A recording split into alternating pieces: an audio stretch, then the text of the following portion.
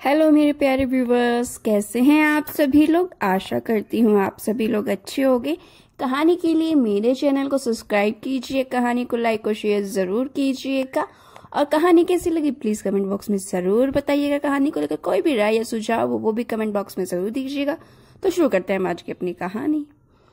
पिछले 1 महीने से सविता के व्यवहार में आए परिवर्तन से सतीश जी काफ़ी परेशान थे। उन्हें कुछ समझ नहीं आ रहा था कि आखिर बात क्या है। सारा दिन चहकने व होठों पर मुस्कान लिए घर के कामों में व्यस्त रहने वाली सविता अचानक से शांत कैसे हो गई है। सविता का ईश्वर पर पहले भी श्रद्धा और विश्वास था, लेकिन इस प्रकार वह सारा दिन ईश्वर आराधना में नहीं डूबी रहती थी। सभी से मिलती जुलती थी, बातचीत करती थी। इस तरह से खोई खोई सी और शांत तो कभी नहीं रहती थी। सविता कम से कम दिन में एक बार तो अपने दोनों बच्चे, बेटी शुभांगिनी और बेटा शुभम से ज़रूर फ़ोन पर बात करती थी। बेटी शुभांगिनी का ब्याह जबलपुर में हुआ था, लेकिन वह सागर में रहती थी क्योंकि उसका पति हरीश और वह दोनों सागर विश्वविद्यालय में असिस्टेंट प्रोफेसर थे और उनकी एक बेटी भी थी, हर्षिता। बेटा शुभम और उसकी पत्नी आरती बेंगलुरु में एक आईटी कंपनी में थे। उनका भी एक बेटा था, अंश। इधर सविता की चुप्पी सतीश जी को बेहद बेचैन कर रही थी और उधर सविता इस दुविधा में थी कि वह किस प्रकार अपने मन की व्यथा सतीश जी के संग साझा करे।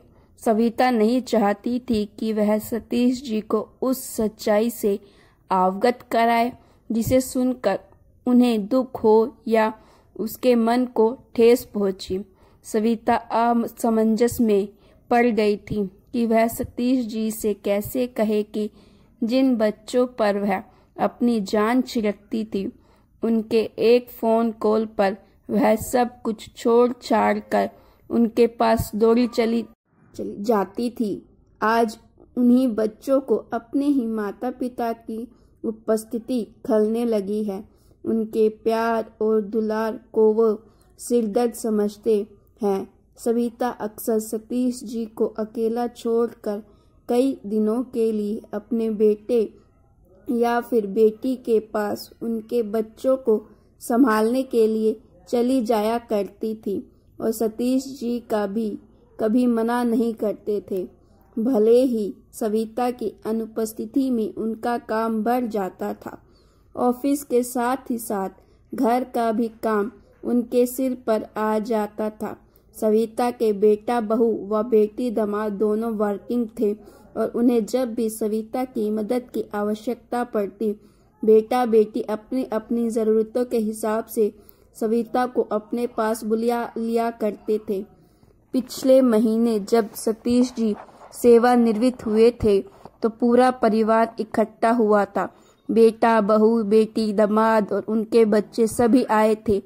यह देख सविता और सतीश जी दोनों को यह सोचकर अति प्रसन्नता हुई थी कि आज के ज़माने में जहाँ बच्चे अपने माता पिता को बोझ समझते हैं, वही उनके बच्चे उनका कितना ख्याल रखते हैं। सविता अपनी सखियों के माध्यम भी कभी भी यह कहने से नहीं चूकती थी कि मेरे बच्चे मेरा अभिमान है। सतीश जी से तो वह अक्सर कहती, अभी तो मैं मेरे बच्चों के पास उनकी ज़रूरतों के हिसाब से जाती हूँ, लेकिन आपके रिटायरमेंट के बाद हम दोनों बच्चों के पास ही चल कर रहा करेंगे। तब सविता को कहाँ पता था कि उसके अपने बच्चों का विचार उनके प्रति ऐसा है। सतीश जी के रिटायरमेंट पार्टी के बाद बेटी दामाद अपने घर जा चुके थे। बेटा बहू जाने की तैयारी में लगे थे। बहू आरती को नारियल के लड्डू बेहद पसंद है। यही सोचकर जब सविता अपने हाथों से नारियल के लड्डू बनाकर एक टिफिन में लेकर उनके कमरे के करीब पहुंची ही थी कि वह दरवाजे पर ठिठक गई। आरती अपने पति शुभम से कह रही थी, देखो अब हमें मम्मी जी की ज़रूरत नहीं है। अंश अब बड़ा हो गया है, तुम उन्हें साथ चलने को मत कहना, क्योंकि अब वो अकेली नहीं, उनके साथ पापा जी भी चलेंगे। पापा जी रिटायर्ड जो हो गए हैं। तुमने देखा ना, तुम्हारी बहन ने कैसे बड़ी चालाकी से मम्मी जी को यह कहकर टरका दिया कि मम्मी अब आप यहाँ पापा के साथ रहिए, पापा को आपके साथ की ज़रूरत है। तभी शुभम बोला, हाँ मुझे मालूम है, मैं नहीं बोलूँगा मम्मी को साथ चलने के लिए, ठीक है। यह सब सुनकर सविता के पैरों तले जमीन खिसक गई। उसके दिल को धक्का लगा और वह पूरी तरह से टूट गई। बेटा बहू और बेटी दामाद ने उसके प्यार और जज्बातों का फायदा उठाया, यह सोचकर सविता ने चुप्पी साध ली थी। एक रोज सुबह सुबह सविता ने सतीश जी से कहा, मुझे आश्रम ले चलिए, मैं सत्संग में जाना चाहती हूँ। यह सुनकर सतीश जी ने भी बगैर कुछ कहे हामी भर दी, यह जानते हुए कि सविता को आश्रम और सत्संग में कोई खास रुचि नहीं है। दोनों तैयार होकर शहर से दूर स्थित एक आश्रम में सत्संग एवं मन की शांति ढूंढने के लिए निकल पड़े। सविता अपने चित्त को शांत करने के लिए कार में भी भजन सुनने लगी। सतीश जी बिना कुछ कहे चुपचाप ड्राइव करते रहे। शहर से काफी दूर हाईवे पर निकल आने के बाद भी सविता चुप ही रही। तभी अचानक कार बंद हो गई। काफी कोशिश के बावजूद वह स्टार्ट ही नहीं हुई। तब फिर सतीश जी ने कार सर्विसिंग सेंटर में बात की तो उन्होंने बताया कि उनका एक ब्रांच हाईवे पर ही कुछ दूर में है, थोड़ी ही देर में मैकेनिक पहुंच जाएगा, तब तक वो वहां इंतजार करे। हाईवे पर दूर दूर तक कोई नजर नहीं आ रहा था। तभी सतीश जी ने देखा रोड की दूसरी तरफ घास फूस से बनी एक छोटी सी झोपड़ी दिखाई दे रही है। मैकेनिक के आने तक दोनों को वहीं रुकना था, सो दोनों उस झोपड़ी की ओर बढ़ गए। झोपड़ी पर पहुंचे तो वहां एक बूढ़ी औरत मिली जो स्टोव में दूध उबाल रही थी। झोपड़ी के अंदर एक बेंच रखा था और सामने एक लकड़ी का पटिया जिस पर कांच की 2 बर्नियां रखी थी, जिसमें एक में कुछ बिस्किट रखे थे और दूसरे में कुछ रंग बिरंगी रैपर में बंधी टॉफी व चॉकलेट। सविता और सतीश जी को आया देख वह बुढ़िया खुश होते हुए बोली, आइए साहब, आइए मैम साहब, आइए चाय पियेंगे। मैडम अदरक इलायची वाली चाय बनाऊं? सविता उदासी भरे लफ्जों में बोली, हाँ अदरक इलायची वाली बना दो। चाय बढ़ाती हुई उस बुढ़िया ने कहा, कहाँ जा रहे हो मैडम आप लोग? सविता ने अनमने ढंग से जवाब दिया, आश्रम जा रहे हैं सत्संग के लिए। अच्छा, कहकर वह बुढ़िया थोड़ी देर रुक गई, फिर बोली, मैडम वहीं आश्रम से कुछ ही दूर पर एक पिकनिक स्पॉट है, वहां भी चले जाइएगा, वह भी बहुत अच्छी जगह है। अभी यह सब बातें हो ही रही थी कि कार सर्विस सेंटर से मैकेनिक भी आ गया और सतीश जी उसके साथ कार की तरफ चले गए। चाय बनाती हुई उस बुढ़िया ने फिर से कहा, मैडम चाय के साथ कुछ बिस्किट भी दे दूं? हाँ बिस्किट दे दो। तब तक सतीश जी भी आ गए। छोटे छोटे कांच के गिलास में चाय और एक चीनी मिट्टी के प्लेट में 4 बिस्किट देते हुए वह बुढ़िया बोली, लीजिए आप लोगों की गर्मा गर्म चाय बिस्किट। झोपड़ी में बैठे रहने के दौरान सविता ने यह गौर किया कि सारा काम वह बुढ़िया अकेली कर रही है। चाय भी वही बना रही है, नाश्ता भी वही बना रही है और सर्व भी वही कर रही है।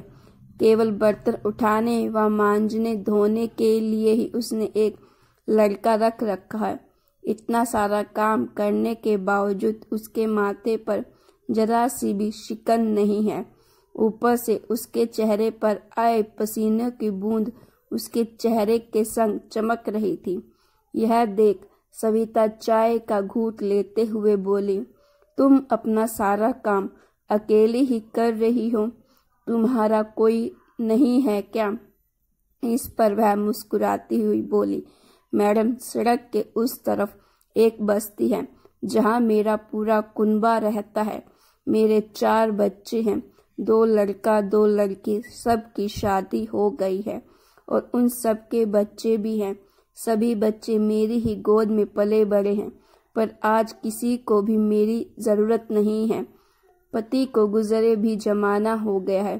फिर वह थोड़ी ठंडी सांस भरती हुई बोली, अब मैडम इस दुनिया में अकेले आए हैं और अकेले ही जाना है, तो क्यों किसी के साथ की उम्मीद करना।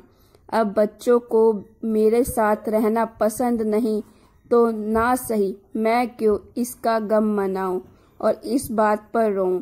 दिन भर यहाँ काम करती हूँ, चाय नाश्ता बेचती हूँ और आराम से रहती हूँ। अकेले हैं तो क्या गम। उस बुढ़िया की बात सुनकर सविता सोचने लगी, जब ये अकेली इतनी खुश रह सकती है तो वह क्यों नहीं, उसके साथ तो उसका हमसफर भी है। बुढ़िया की बातों के साथ साथ सविता और सतीश जी ने चाय पी ली और तब तक कार भी ठीक हो गई। चाय और बिस्कुट के पैसे दे जैसे ही सविता और सतीश जी कार में बैठे, सविता ने कहा, आश्रम नहीं, आश्रम से आगे जो पिकनिक स्पॉट है वहाँ चलते हैं। ऐसा कहते हुए सविता ने रेडियो पर एक FM का बटन दबा दिया जिस पर गाना बज रहा था, अकेले हैं तो क्या गम है, चाहे तो हमारे बस में क्या नहीं। उस बूढ़ी औरत से मिलकर सविता के होठों की मुस्कान लौट आई थी और चेहरे पर पिछले 1 महीने से जो गम के बादल छाए हुए थे वह भी छट गए। तो गाइस, आपको स्टोरी अच्छी लगी हो तो प्लीज़ स्टोरी को लाइक